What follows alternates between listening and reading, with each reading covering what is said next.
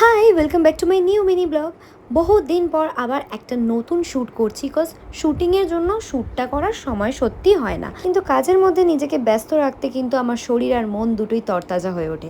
তারপর যদি শুরু হয় সেই কাজটা পুরনো মানুষদের সাথে, ইয়েস, রিয়াদির সাথে বহু বছর পর আমার কাজ হচ্ছে।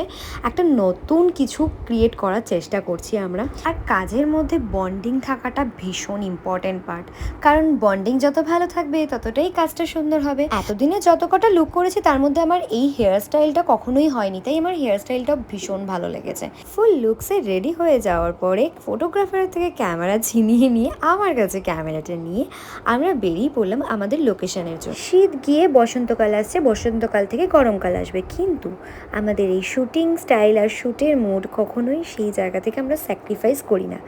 তাই আস্তে আস্তে ওয়েদারের সাথে সাথে আমরাও নিজেদের সম্পূর্ণ সময়ের সাথে সাথে নিজেদের কাজটাকে এগিয়ে নিয়ে যাব। আমার কাছে তো কাজই আমার ফার্স্ট প্রায়োরিটি, আর কাজই আমার ফার্স্ট লাভ। শ্যুট করতে এসেছি একটা ভাইরাল লোকেশনে, যেখানে প্রচুর শ্যুট হয়। শ্যুটের ফটো ভিডিও আসলে শেয়ার করব।